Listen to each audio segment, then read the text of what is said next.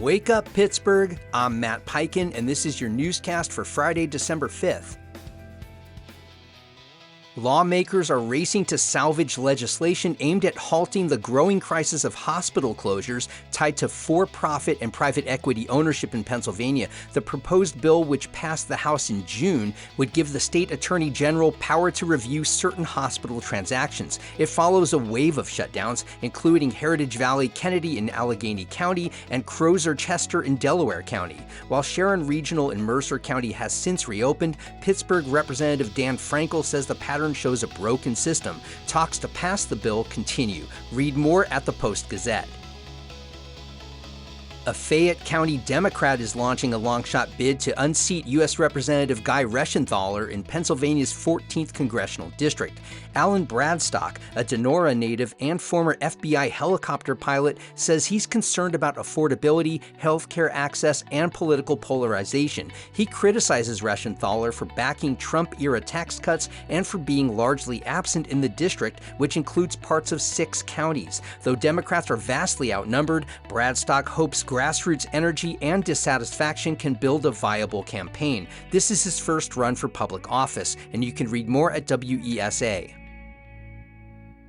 A Pittsburgh man has been federally indicted for cyberstalking women across multiple states, allegedly following advice from an AI chatbot.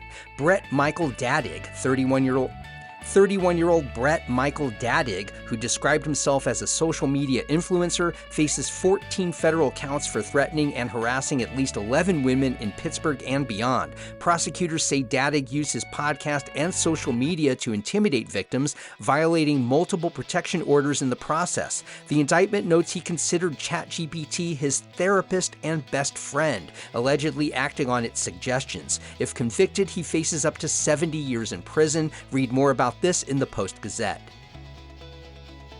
Graduate student workers at the University of Pittsburgh are continuing a tense contract negotiation with the university over academic freedom protections. Since unionizing last year, students have pushed to include such clauses in their first contract, arguing their roles as instructors and researchers warrant similar rights to faculty.